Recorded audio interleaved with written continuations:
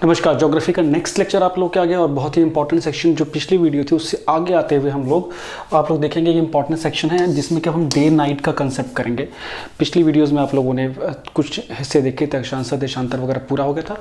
अब दिन और रात का जो कंसेप्ट है साथ में अगर हम देखें तो ऋतुओं का है ना, जो मौसम बनता है, ये दो बड़े टॉपिक हम क्लियर करेंगे आज। और यहाँ से क्वेश्चन लगातार आते हैं, टाइडल वेव्स वगैरह कवर कर लेंगे और ये क्वेश्चंस अगर देखेंगे तो आप अर्थ की पूरी मूवमेंट आपको क्लियर हो जाएगी। अब देखिए क्या होता है। सबसे पहले आपको पता होगा कि हमारी पृथ्वी अपने आप में एक अनोखा ग्रह है। पृथ्वी का शेप कैसा है? पृथ्वी का शेप कैसा? जियोइड है। पृथ्वी का जो आकार है उसके लिए एक अलग शब्द इजाद किया गया था, जियोइड, है ना, चपटी, क्या ये याद रखेगा। अब हमारी पृथ्वी जो है वो प्लैनेट है, सूर्य के चारों तरफ घूमती। प्लैनेट किसे बोलते हैं? जो किसी स्टार के चारों तरफ घूमता है ना। तो स्टार के चारों तरफ, सन हमारा स्टार है, उसके चारों तरफ घूमती है। ये दो तरीके से घूमती है, दो तरह की इसकी रोटेशन है। मान लीजिए ये अगर अर्थ है तो ये, और बीच में सन है, तो अर्थ अपने इस पॉइंट पे, जैसे लट्टू घूमता है ना एक ही जगह पे, वैसे भी घूमती है और ऐसे ही घूमते घूमते घूमते घूमते घूमते सन के भी चारों ओर घूमती है। और आप लोगों को पता है अर्थ का जो पाथ है वो कैसा है? इलिप्टिकल है, पता है आप लोगों को, हम अभी डिस्कस करते हैं। और अर्थ अंडाकार ऐसे आकार में सूर्य के चारों ओर घूमती रहती है। अब दो तरह की जो रोटेशन है, हमें दोनों तरह से उसके इफेक्ट पड़ते हैं। दोनों तरह की जो उसकी जो घूमने की कला है, उस दोनों कलाओं का हमारे इस पूरे नेचर पे इफेक्ट है, हमारे पृथ्वी पे रहन सहन जीवन पे इफेक्ट है। अब वो क्या है? जो पृथ्वी अपने अक्ष पे ही घूमती है, अपने पॉइंट पे ही घूमती रहती है, अपने एक्सिस पे ही घूमती रहती है, उसे बोलते हैं रोटेशन ऑफ अर्थ। क्या बोलते हैं? रोटेशन ऑफ अर्थ, घूमना, जो लट्टू की तरह घूमना। क्या करना? लट्टू की तरह जो घूमती है, ठीक है। और एक होती है रिवोल्यूशन, मतलब परिक्रमण, मतलब सन के चारों ओर भी घूमती है। इससे दो काम होते हैं। जो अपने एंड पे, अपने पॉइंट पे घूमती रहती है, उससे बनते हैं दिन रात। उससे क्या बनते हैं? दिन रात। जो पूरा चक्कर लगाती है सूर्य का, उससे बनते हैं सर्दी गर्मी बारिश का मौसम। पूरा मौसम बनता है पूरे साल का, कैसे कैसे वेदर जो आता है, ठीक है। तो ये ध्यान देना आपको। अब हम चलते हैं पॉइंट। पहला हमारा है रोटेशन, जो हम लोग जो डेली बेसिस पे होता है। आप लोगों को पता है कि हमारी अर्थ क्या है? अपने एक्सिस पे 23.5 डिग्री यूँ टिल्ट है। आदर्श रूप से अर्थ अगर ऐसे, अगर अर्थ हमारी टिल्ट नहीं होती तो ऐसे होती है ना, ये नॉर्थ होता, ये साउथ होता, और अर्थ ऐसे अपना घूमती रहती, मान लीजिए इस एक्सिस के तहत घूमती रहती। और यहाँ हमारे सूर्य साहब होते, तो मतलब इसे क्या देखते हैं कि हर टाइम पे पूरा अर्थ का आधा हिस्सा सन के सामने होता। इसका मतलब अर्थ पे बराबर 12 घंटे का दिन, बराबर 12 घंटे की रात होती। लेकिन ऐसा होता तो नहीं है। पूरी पृथ्वी पे बराबर 12 घंटे का दिन, 12 घंटे की रात होती नहीं है। क्यों नहीं होती है? बिकॉज ऐसी कंडीशन नहीं है। ऐसी कंडीशन क्यों नहीं है? क्योंकि हमारी जो अर्थ है वो थोड़ी सी टिल्टेड है। कितनी है? टिल्टेड। और ये 23.5 डिग्री अपने एक्सिस पे ही झुकी हुई है, यूँ लेटी हुई है, यूँ ना होके यूँ हो गई है। कितनी? 23.5 डिग्री। कितनी टिल्ट हुई है? 23.5 डिग्री ये। और ये एक्सिस यहाँ ना जाके यहाँ चला गया है, ठीक है। तो जो इक्वेटर यहाँ होना था, एक्चुअल में वो हमारा इक्वेटर ऐसे हो गया। अब आप समझे? तो पृथ्वी के झुके रहने के कारण इसकी जो दिन रात की जो शैली है उसमें अंतर पड़ता है। इसी कारण से हमारे जो दिन रात होते हैं वो बड़े छोटे होते हैं। पहले इसे बताएंगे, पहले मैं इस पर तब तक एक चीज़ और क्लियर कर लेता हूँ, ठीक है। देखिए, जो डे बेसिस पे ये घूमती है, जो पूरा घूमती है पृथ्वी, उसे अपने एक्सिस पे पूरा एक राउंड लगाने में लगते हैं 23 घंटे 56 मिनट। कितना लगता है जी? 23 घंटे और 56 मिनट, जिसको बोलते हैं नक्षत्र दिवस। क्या बोलते हैं? नक्षत्र, साइडरियल दिवस, साइडरियल डे। मतलब किसी स्टार के को पॉइंट में रख के जब कोई चीज़ घूमती है तो उस पूरे पीरियड को नक्षत्र दिवस कहा जाता है। जो हमारे कैलेंडर है, वो नक्षत्रों का शब्द सुना आपने, वो इसी फिलॉसफी पे काम करते हैं। आज एकादशी है, द्वादशी है, एकादशी में द्वादशी मिक्स हो गई इन वजहों से। और जो एक होता है सोलर डे, क्या होता है? सोलर डे, सौर दिवस, ये होता है 24 आवर का, जिस पे हमारे संडे मंडे टिके हुए हैं, ठीक है। इस पर हमारे संडे मंडे टिके हुए, जो हमारे हिंदू चीज़ है वो सिड्रिल डे के अकॉर्डिंग चलता है, क्योंकि 4 मिनट को भी पकड़ता है वो। इसीलिए देखो, अब जो सिड्रिल डे की नक्षत्र दिवस सोलर डे से 4 मिनट आगे रहता है, ठीक है। चलिए, जो ग्रिगोरियन कैलेंडर है वो इसको फॉलो करता है। अब देखिए, जैसा मैंने बताया था कि पृथ्वी अपने एक्सिस पे टिल्टेड है 23.5 डिग्री, तो ये यूं है, समझ गया आप। तो जो सन होता है, सन की जो लाइटें होती हैं, सन की लाइट कब किस तरफ पड़ रही है, इस अकॉर्डिंग से ये हमारी दिन रात घटते बढ़ते रहते हैं। और जो विषुवत रेखा है, जो इक्वेटर है, वहाँ पे दिन रात हमेशा बराबर होते हैं। क्या होते हैं? बराबर होते हैं। बस एक ही पॉइंट है जहाँ पे दिन रात हमेशा बराबर होते हैं, वो है इक्वेटर। कौन सी जगह है? इक्वेटर, मतलब विषुवत रेखा, मतलब भूमध्य रेखा यहाँ पे, क्योंकि यहाँ पे सूर्य की किरणें हमेशा लंबवत पड़ती हैं, हमेशा परपेंडिकुलर पड़ती हैं। अफ्रीका के देशों में जाएंगे तो जो रोशनी, जो परछाई एकदम छोटी होती है, छोटी परछाई का मतलब क्या है? बिल्कुल धूप है। और लंबी परछाई का मतलब शाम होने वाली है, सुबह हो रही है। इसी तरह जब हम ऊपर की ओर जाते हैं, ध्रुवों की ओर जाते हैं, नॉर्थ पोल और साउथ पोल, जब हम ध्रुवों की ओर जाते हैं तो दिन लंबे होने लगते हैं। क्या होने लगते हैं? दिन लंबे होने लगते हैं। एक साइड में दिन लंबे रहेंगे और एक साइड में बिल्कुल दिन छोटे रहते हैं। इसीलिए ध्रुवों तक जाते जाते अगर आप देखते होंगे कि पूरा 24 घंटे दिन रहता है और दूसरे ध्रुव पे पूरे 24 घंटे रात होती है, बिकॉज एक ध्रुव तो पूरा अंधेरे में है और एक ध्रुव पूरा उजाले में है। समझ गए आप? इसीलिए ध्रुवों पे 24 घंटे पूरा दिन और एक ध्रुव पे 24 घंटे पूरी रात। इसीलिए जब हम आगे ऋतु वाला पढ़ेंगे तो एक पूरे ध्रुव पे 6 महीने दिन, एक पूरे ध्रुव पे 6 महीने रात कैसे होती है, मैं अगली स्लाइड में आपको बताता हूँ। इससे आपको क्लियर हो गया कि जो हमारी रोटेशन है, इससे हमारे डे नाइट इफेक्ट होते हैं। डे नाइट बराबर क्यों नहीं है? क्योंकि 23 डिग्री एक्सिस पे हमारी पृथ्वी झुकी हुई है, ठीक है। और जितना जितना हम पोल्स की तरफ जाते हैं, दिन और रात का समय बढ़ता है। इक्वेटर पे दिन और रात में बिल्कुल भी अंतर नहीं रहता, दिन और रात बिल्कुल लगभग बराबर घंटे के होते हैं, क्योंकि विषुवत रेखा पे किरण सीधे सीधे पड़ती है। डन। अब देखिए, अब चलते हैं आगे वाले पॉइंट पे। अब आते हैं मेन चीज़ों पे। जैसे मैंने बताया अभी आपको, ये वही पिक्टोरियल व्यू था, मैंने बनाया हुआ था। ये देखिए, थोड़ी मेरी ड्राइंग सही नहीं है। देखिए ध्रुव, इस ध्रुव पे पूरा 24 घंटे दिन होगा, इस पे पूरा 24 घंटे रात होगा, इस तरीके से, ठीक है ना? समझ गए? इस तरीके से, क्योंकि ये पोजीशन चेंज होने में 6 महीने लग जाते हैं। क्योंकि जब अभी बताऊंगा मैं, ये पोजीशन चेंज होने में 6 महीने लगता है, इसीलिए 6 महीने तक ये सूर्य के सामने ही रहेगा। इस वजह से क्या होता है कि आपको 6 महीने तक एक जगह पे आपको दिन दिखती है, 6 महीने जगह पे रातें दिखती है। तो रोटेशन का मतलब समझ गए आप? रोटेशन के क्वेश्चंस क्या क्या आ सकते हैं, समझ गए आप? अब देखिए, वार्षिक गति, एक तो था कि भाई अपने एक्सिस पे घूम रही है। अब थोड़ी बात करते हैं कि जो एक्सिस के साथ साथ ईयरली बेसिस पे जो परिक्रमण कर रही है, वो जो रेवोल्यूशन कर रही है, सूर्य के चारों तरफ घूमे। पृथ्वी, ये सन है, पृथ्वी सूर्य के चारों तरफ घूमती है इस तरीके से साल भर, और पृथ्वी को करीब 365 दिन के करीब लगते हैं, ठीक है। 365 दिन लगते हैं, और आपको पता है कि इसके लिए कुछ घंटे भी लगते हैं, वो घंटे आपको पता है। 365 दिन 5 घंटे करीब और कुछ मिनट लगते हैं। 365 दिन 5 घंटे 48 मिनट। अब ये जो वो हमारे लिए इतना इंपॉर्टेंट नहीं है, वो पेपर में भी नहीं आता है, तो हम वही चीज़ करेंगे जो हमारी परीक्षाओं में आती है। अब देखिए, इसमें क्योंकि इलिप्टिकल पाथ है,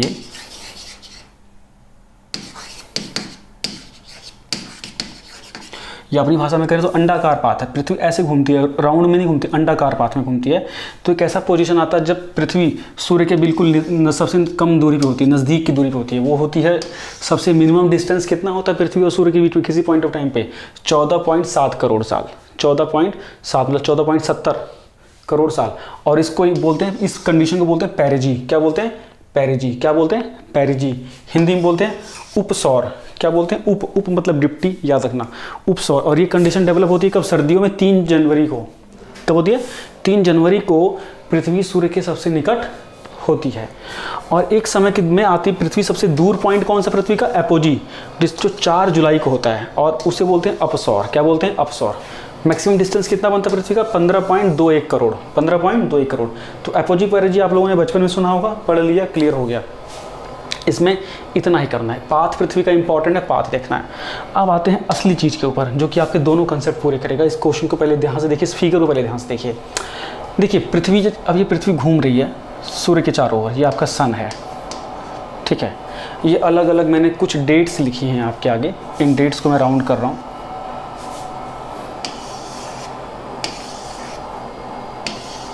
जिस टाइम पे जहाँ पेन रखूँगा वहीं ध्यान दीजिएगा। मैंने ये 4 जगह पृथ्वी के स्वरूप बनाए हैं। रेड कलर से हर जगह मैंने विषुवत रेखा बनाई हुई है, रेड कलर से। ग्रीन कलर से मैंने कर्क रेखा बनाई है, जो नॉर्दर्न हेमिस्फेयर में जो मुख्य रेखा है वो है, जो हमारे भारत से भी गुजरती है।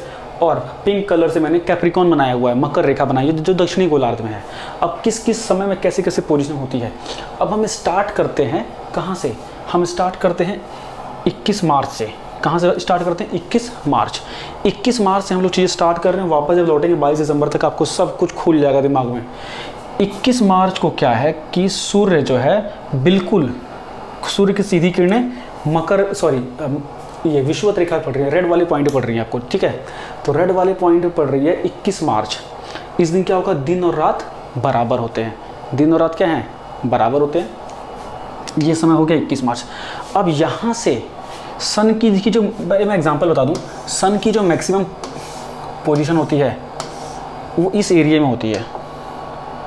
सन पूरे साल इस एरिया में वेरी करता रहता है, यहाँ से यहाँ, यहाँ से यहाँ, ऐसे घूमता रहता है इस पर्टिकुलर एरिया में। मतलब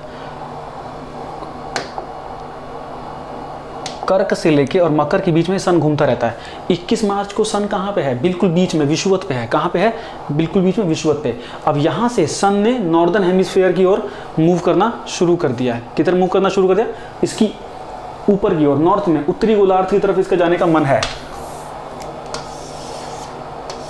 ये 21 मार्च को था। कब था? 21 मार्च को यहाँ पे।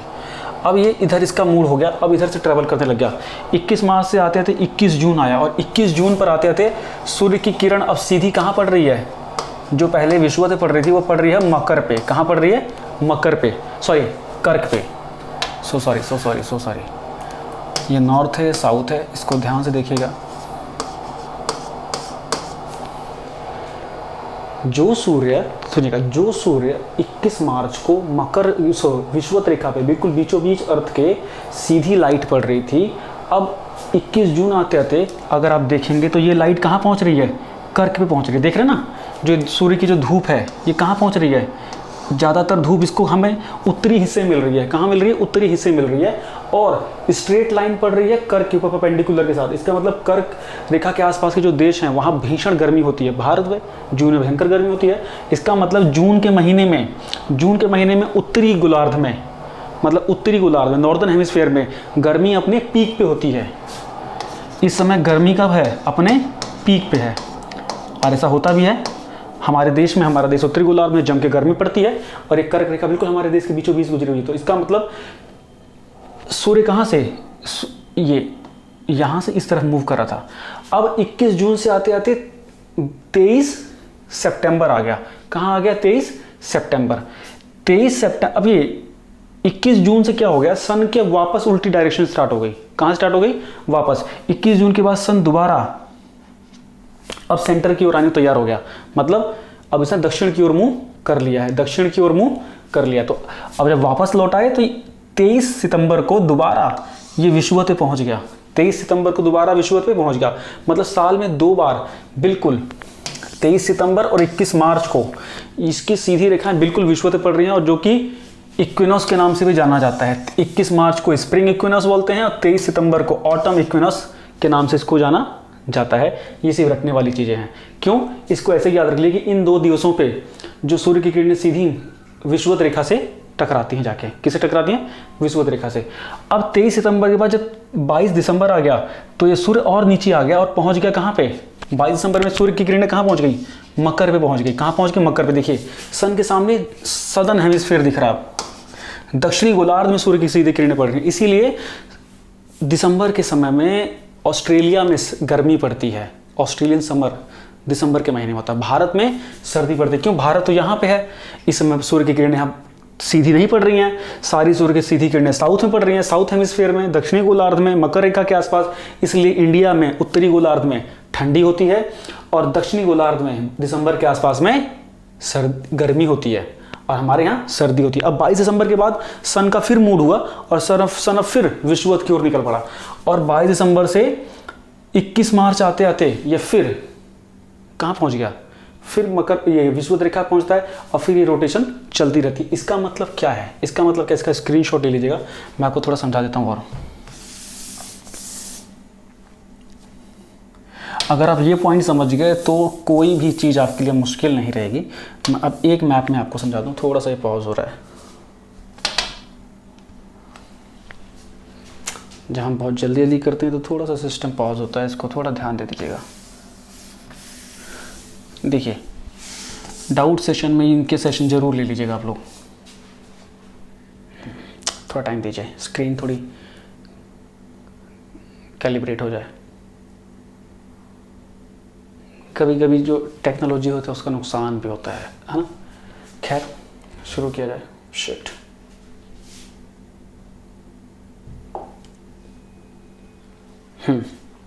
ये पीडीएफ सेव हो रखी है, आपको मैं दे दूंगा। अब देखिए, मतलब मैं इसको ग्राफ बना के आपको समझाता हूँ, ये चित्र बना के समझा देता हूँ।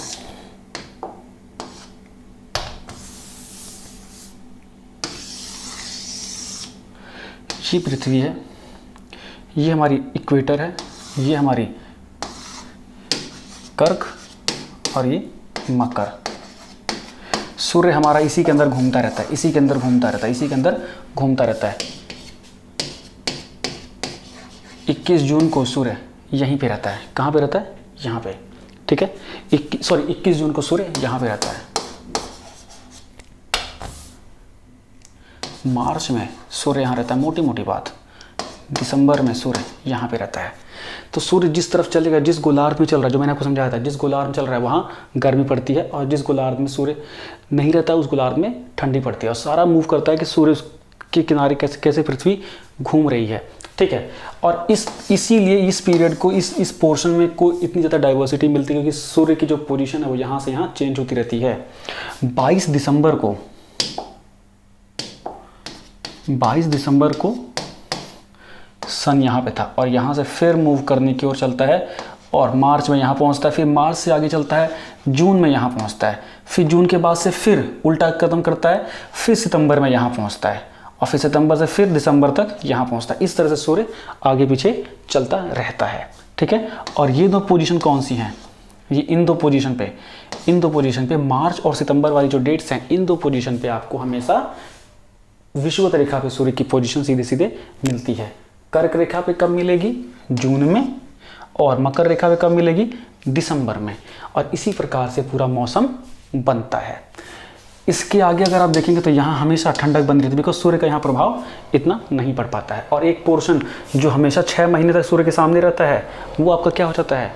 दिन हो जाता है। और एक पोर्शन जो सूर्य के सामने हमेशा 6 महीने छिपा रहता है, वो क्या हो जाता है? वो अंधेरा हो जाता है, या जिसको बोलेंगे कि आपका रात रहती है। मैं उस पीडीएफ को खोलने की कोशिश करता हूँ, बिकॉज उसमें आपको चीज़ें आपको थोड़ी ज़्यादा अच्छे से समझ में आ जाएंगी।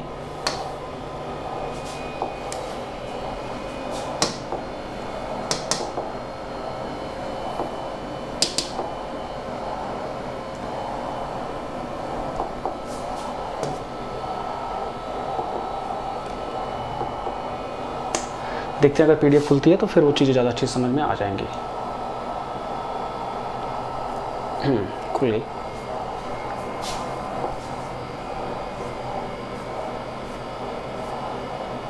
ये इस पिक्चर को क्लिक करके रखना बहुत ज़रूरी है, पीडीएफ में आपको देने वाला हूँ।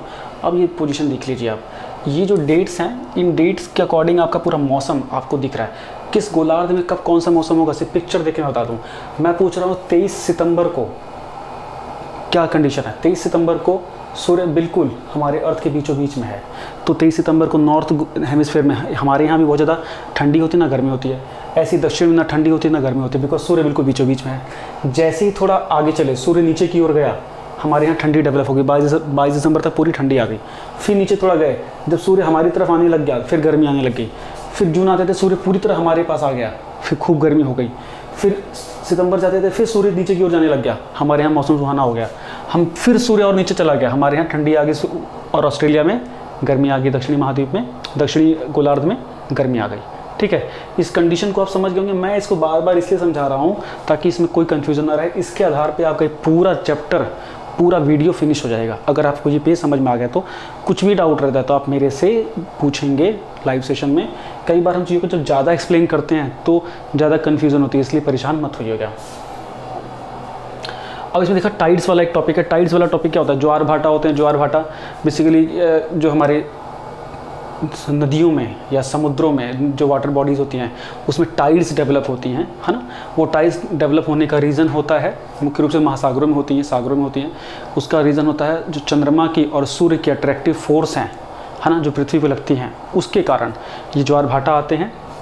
और ज्वार भाटा नॉर्मली तो 24 घंटे में 2 बार आते हैं, लेकिन एक होता है कि दीर्घ ज्वार भाटा और लघु ज्वार भाटा। ज्वार भाटाओं में भी, मतलब टाइड्स में भी, एक बड़ी टाइड्स होती है, छोटी टाइड होती है। बड़ी टाइड कब होती है? जब सन की कंडीशन इस तरह होती है, सॉरी, जब पृथ्वी, चंद्रमा और सूर्य की लोकेशन ऐसे होती है, मतलब सारे एक लीनियर पोजीशन होता है, 180 डिग्री में होते हैं। इससे क्या होता है कि अर्थ के ऊपर दोनों की अट्रैक्टिव फोर्स काम करती है। क्या करती है? दोनों की अट्रैक्टिव फोर्स काम करती है, और इस वजह से जो टाइड्स होती हैं वो नॉर्मल टाइड से 20% ज़्यादा होती हैं। लेकिन इसी कंडीशन में जब तीनों ये चीज़ें, अर्थ, सन और मून, आपस में 90 डिग्री पे होते हैं एक दूसरे के, तो इसमें इनकी अट्रैक्टिव फोर्स कैंसिल हो जाती है रिजल्टेंट फोर्स के चक्कर में, और इस कंडीशन में जो ज्वार भाटा होते हैं बहुत कम होते हैं, ज्वार भाटा बहुत लो बनता है। तो लघु ज्वार भाटा कब होगा? जब तीनों में 180 डिग्री या 0 डिग्री का एंगल बना होगा, या दीर्घ ज्वार भाटा, सॉरी, और लघु ज्वार भाटा से छोटा ज्वार भाटा कब होगा? जब इन तीनों में 90 डिग्री का कोण होगा। क्लियर है? ये जो ज्वार भाटा, हाँ, ज्वार भाटा जो होते हैं इस पे ये कई सारे फैक्टर पे काम करता है। ये बेसिकली काम करता है कि सागर की गहराई कितनी है, कोस्टल एरिया कितना है, कैसा उसका डेवलपमेंट है, उसके ऊपर भी कई काम करता है। लेकिन अगर बोर्ड में आए, अगर एग्जाम में आए, तो सीधे सीधे चंद्रमा की और सूर्य की अट्रैक्टिव फोर्सेस, एक का है तो चंद्रमा, क्योंकि चंद्रमा पृथ्वी के ज़्यादा करीब है, इसलिए उसकी अट्रैक्टिव फोर्स बहुत ज़्यादा डोमिनेंट होती है, और वही रूल करती है टाइड्स को लेके। ठीक है, देखिए, जो दीर्घ ज्वार होता है उसे सिजगी भी बोलते हैं, ये भी थोड़ा देख लीजिएगा। और ये ज़्यादातर क्या, दीर्घ ज्वार हमेशा पूर्णिमा और अमावस्या के ही टाइम में आता है। ठीक है, बिकॉज इस कंडीशन में पूर्णिमा और अमावस्या इसी कंडीशन में ही बनती हैं। अगर आपने इस इक्लिप्स पढ़ा होगा, इक्लिप्स से अब क्वेश्चन नहीं आते हैं, इसलिए मैंने इक्लिप्स को इंट्रोड्यूस नहीं किया, लेकिन अगर आप इक्लिप्स को ले कहेंगे तो मैं डाउट से मैं 2 मिनट में उसको समझा दूंगा। ठीक है, तो ये चीज़ें क्लियर हो गई। इस वीडियो में मैक्सिमम क्वेश्चन क्या बनेंगे? सन, जो पृथ्वी की जो परिक्रमण है सन के अराउंड, उसमें मौसम, वो डेट्स, और पूरा कंसेप्ट है। एक्चुअली क्वेश्चन से ज़्यादा कंसेप्ट है, जिसमें आपकी पूरा फिजिकल जो आपका यूनिवर्सल ज्योग्राफी है, वहाँ से क्वेश्चन जो भी आने वाले होंगे वो फिनिश हो जाएंगे। तो देखिए, नेक्स्ट वीडियो में हम लोग आगे चलते हैं। Thank you so much.